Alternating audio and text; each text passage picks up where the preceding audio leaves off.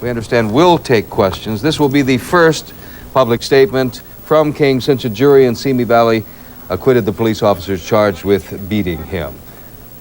We're going to turn up our microphones now. That is Rodney King. We will listen to what he has to say.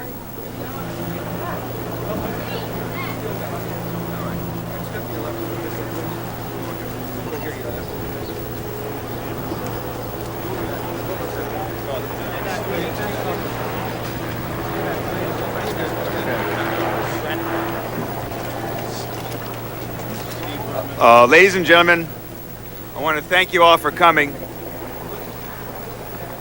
On behalf of Rodney King and all of us that have worked and continue to work with Rodney King to ensure justice being done in his case, we thank you. Until today, Mr. King's personal safety and security could not be guaranteed. And although he wanted to come forward much sooner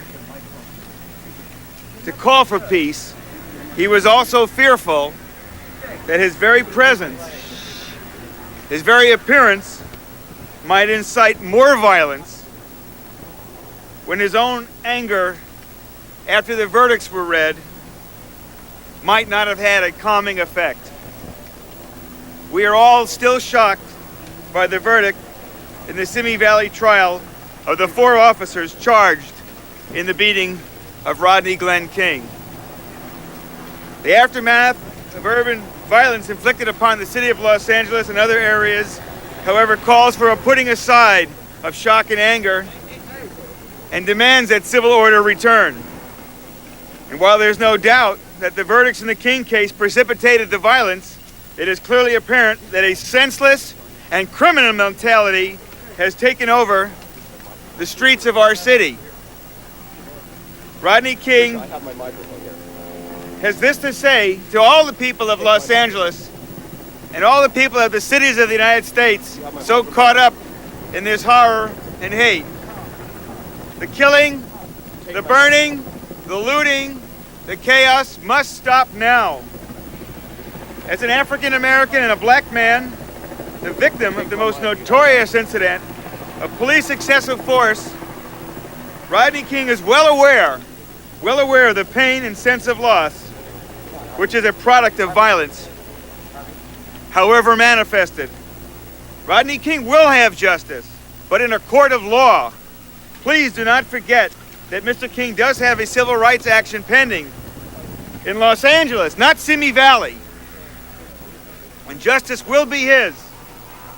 All of us working on behalf of Mr. King to bring the 4 officers to justice, as well as the city of Los Angeles, to account for the unconstitutional policy and practice in existence on March 3rd of 1991, which was the cause of the Foothill incident, are desirous of change, but not destruction. Change in the fundamental way that cops treat citizens of all colors. Although Mr. King is still frightened and anguished by the verdicts in Simi Valley, he is mindful of the pain of others, pain sometimes inflicted by the police, and sometimes, sadly, by violence of citizens against citizens. This must stop. He wants this to stop. Don't kill yourselves in his name, but pick up the pieces, rebuild your neighborhoods, and plan on getting along with the police. They are necessary to ensure the safety of this city. Although Rodney King had the misfortune of meeting up with some very angry, out-of-control cops on March 3rd of 91, he knows that not all police are like Powell, Wynn, Kuhn, and Brasino. Police officers that serve their community are supposed to be sensitive to the constitutional and human rights of their citizens. What happened to Rodney King on March 3rd of 91 must serve as an example of cops out of control. This city can't be an example of a society out of control. The time for healing is upon us. Rodney King has prepared a very brief statement. I want to again emphasize to all of you, this is his very, very first public appearance.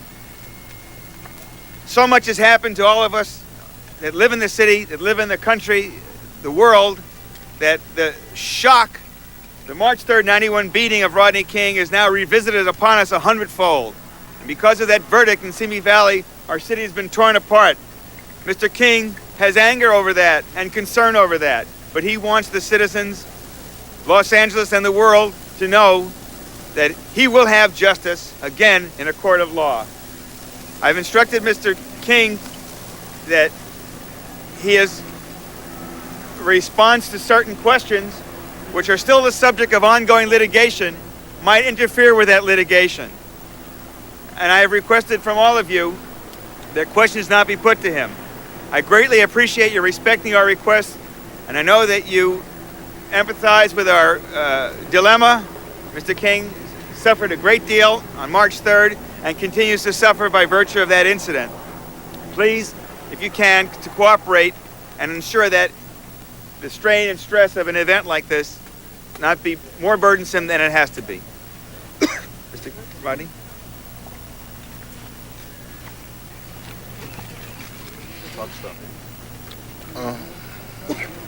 People, I just want to say, you know, can we all get along?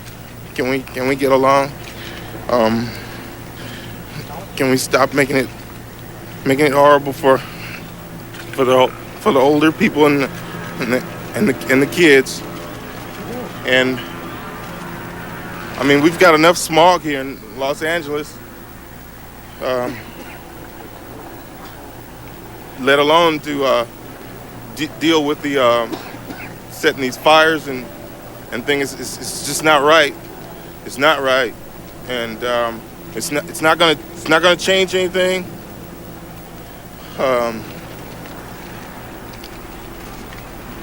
We'll get our justice. They've won the battle, but they haven't won the war. We'll have our day in court, and that's all we want. And just I love, you know, I'm neutral. I love people of color. You know, I'm not like the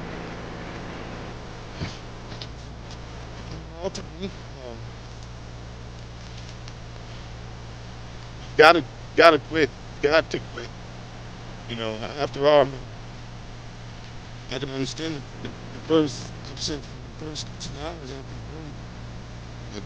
to go on like this and see the security guard shot on the ground. It's just not right. It's just not right, because those people are never going to do their families again. And please, we can get around. We all can get around. Just gotta, we're all stuck here for a while. Let's try to work it out. Let's try and work it out. Thank you. Steve, you asked Thank you. Rodney. You asked Rodney. No question. No Okay. question. Thank you very much. So Steve and I will be available if you have any questions. Go ahead. Go for it, man.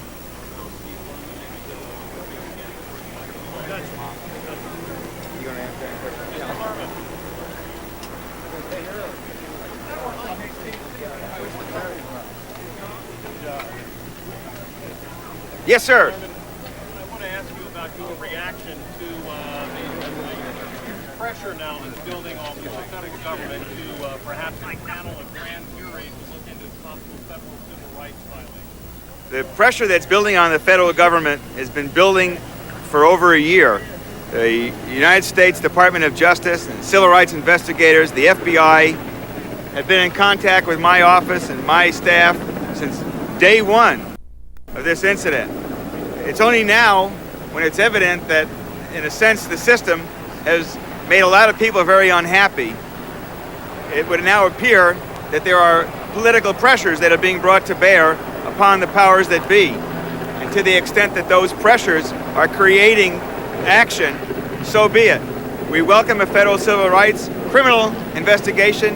We welcome federal indictments. We welcome federal prosecution. Sooner the better. Steve, Yes, sir. how much does the will affect the civil rights case? You got to start from ground zero. I would say that the case that was presented in Simi Valley, when compared to the case I intend to put on in federal court, will have no resemblance. Many witnesses, not the least of which is Mr. Rodney King himself, will be called. Witnesses which will attest to Mr. King's complete compliance, complete order at the scene of the arrest, the incident. We will intend to introduce much more documentary evidence of the totality of the cover-up involved, and I have no doubt that a federal civil rights jury sitting in the hearing of this matter will render a verdict in favor of Rodney King. Two questions. During Do you the trial, think you said it would be a setback for you if there were acquittals. I don't believe I said that it would be a setback. I never said it was a setback. I said that it would entail us having to, in a sense, establish all over again that the officers used excessive force.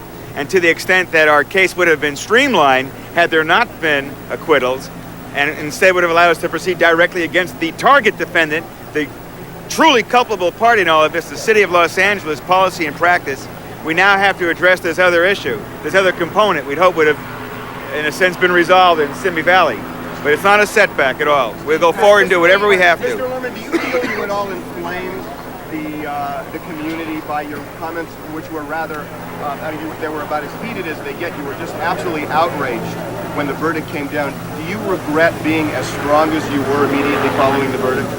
I don't regret being strongly in favor of the interests of my client, and in fact, I've had many people that have contacted my office, clients, friends, and staff, and have all said that I gave voice to a lot of their frustrations, and that in a sense I spoke for all of them.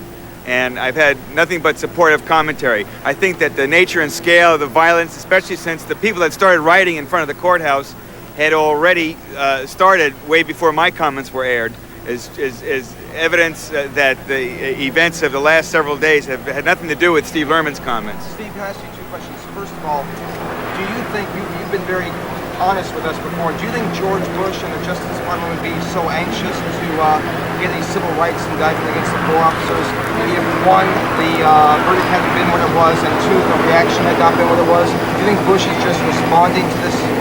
Well, in the first place, had there not been these verdicts, there would be no need to have federal indictments. And to the second, obviously, I believe, and anyone can see that there are political pressures being brought to bear. I do also believe that the president is sincere in his disgust at this incident and his obvious need to bring about law and order. This is a national problem right now. It's not just Los Angeles or California, but it's spreading and may even continue to spread, regardless of what Rodney King or Jesse Jackson or Mayor Bradley have to say.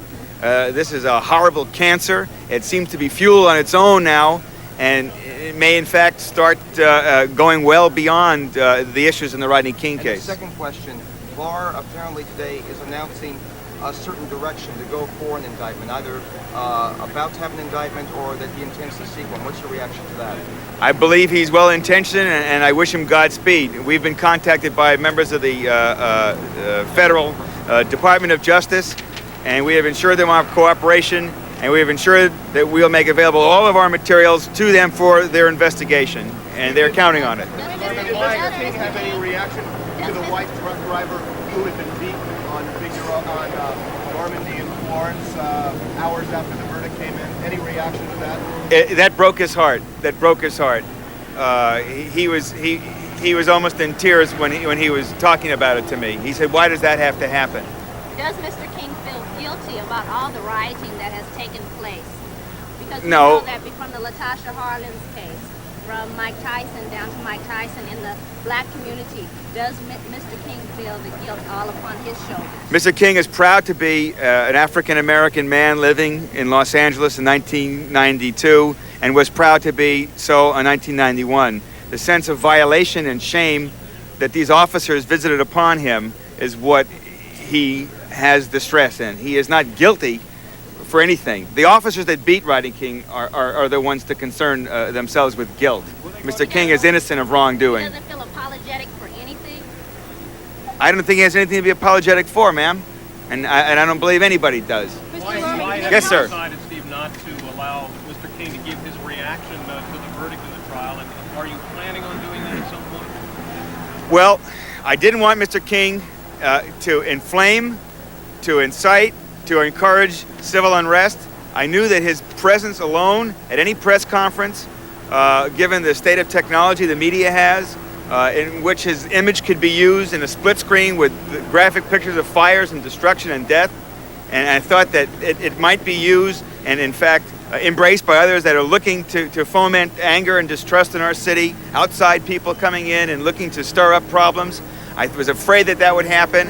And so King, despite his concerns that he stepped forward immediately, was told that his security had to be paramount. We wanted to do this yesterday, but my God, the streets were on fire. The police were going back and forth. Tom Owens, our investigator, was shot at outside of a TV studio yesterday afternoon and had to draw his own automatic weapon in defense. And they didn't know who he was. He was just a man. And so with that backdrop, I haven't felt confident in bringing Mr. King out into public until today, when the National Guard, the Army's on their way, and the city of Beverly Hills has guaranteed our security here. And under no other circumstances would I have even conceived that Mr. King would have been allowed to come forward as he wanted to. Have any leaders or officials contacted you and either tried to encourage you to bring him forward or discourage you from bringing your client forward? I'll address that. Well, I would say that right before the press conference today, I had a contact from a member of Mayor Bradley's staff. And the staff member was very concerned about what the message Mr. King would be putting out would be. Obviously, he was concerned that there might be a reaction which would further exacerbate and aggravate our situation. When I informed him of the content of Mr. King's message, although I knew not what he would say, as you all saw, he made it up on his own as he went. It was an emotional message based on his feelings. The mayor's office was very content to let him come out here and address some of these people that are mindlessly and senselessly killing and looting. What kind of toll has this taken on him? He seemed awfully shaky today. That is an excellent observation. Mr. King is not a well man. He's not well adjusted. He's living an abnormal life. This incident, contrary to what some people have thought it would be, has not made him desirous of celebrity, has not made him desirous of any kind of notoriety. He wishes and sometimes just breaks down in that this would have never happened. Does he receive any kind of special treatment, psychological, physical training? Well, I don't want to get into that too much, but he does receive professional treatment. Are you going to be sort of like one of those media questions? Is he going to have one of these big prime time interviews with any of the networks? Are you going to make him sort of equally available to all of us? Mr. King will not be available for interviews. Mr. King does not intend, nor does he want to do the talk show circuit. Mr. King has never sensationalized his case. He has never gone to political rallies. Mr. King is a private man who is dealing as best he can with his hurt, his fear, his pain, and he continues that it be that way. He only wanted to come forward today to address the people of Los Angeles that might just sit back and listen to what he had to say. Mr. Lawrence, can you tell us what he's been doing over the past few days since the verdict came down? Since the verdict, Mr. King has been literally glued to his TV set and just sheer horror, and has been begging me if there was something that he could do to stop it. And I said, we have to wait till we can make it sure you're safe. And today was the day. Considering the fact that he seemed Yes, sir. We talked about imagery, and we've seen him now, first time in a year, some of us for the first time ever. This man is not as big, is not the monster that they have painted him to be in court. Do you regret him not showing up in court, not having the jury see him? Particularly since he seemed very humble. Mr. King is not only my client, he is, I am proud to say, my friend. I welcome Mr. King in my home with my children at any time, with my parents at any time. He is not a violent man. He is not a gorilla. He is not a monster. And you're right, he's not that big. He's just a person. He's the person that got beat. He didn't fill out a job application. And I would have done anything to have seen that he would have gone forward as a witness for this prosecution, but ultimately they chose not to make Rodney King the issue in the trial, which surely it would have been, but rather the beating of Rodney King. Ultimately, Do you still feel that it wasn't a mistake to have tried this case without calling him? As Steve Lehrman, he is the attorney to Rodney King for the civil proceedings that are pending against the city of Los Angeles. According to Mr. Lehrman, it was Rodney King who appealed for this opportunity today to appear to make a public statement. We were told he was going to read a statement. Instead, it appeared to be off the cuff, and an emotion-packed statement that began with the words, "Can we all get along?" Rodney King, appearing before the public with his attorney, Tony Clark, is in Los Angeles. He has been observing what we've been seeing. Tony, what can you tell us from behind the scenes? Lou, it was a very emotional scene here. In fact, one of the security people that has been with Rodney King came out in advance, and he said Rodney King is a very shy person, and if he saw a large number of people huddled around the microphone, he simply would not come out here. And so everyone was backed up. There's been a large crowd, of reporters, and also a crowd of spectators. As you know, most of the local activities have been canceled. Businesses have closed down today. School is closed. So we've had a variety of spectators here, everything from elderly women, one woman with binoculars, to young girls with shaved heads here. Everyone here to see Rodney King for his first statement in over a year. It was, Lou, as you said, an emotional statement. And after he called for calm, after he called for peace, Rodney King was escorted away from here with about 10 security guards around him, fading back away, now waiting to see if the public responds to his call for peace and calm. I'm Tony Clark, CNN, reporting live from Beverly Hills.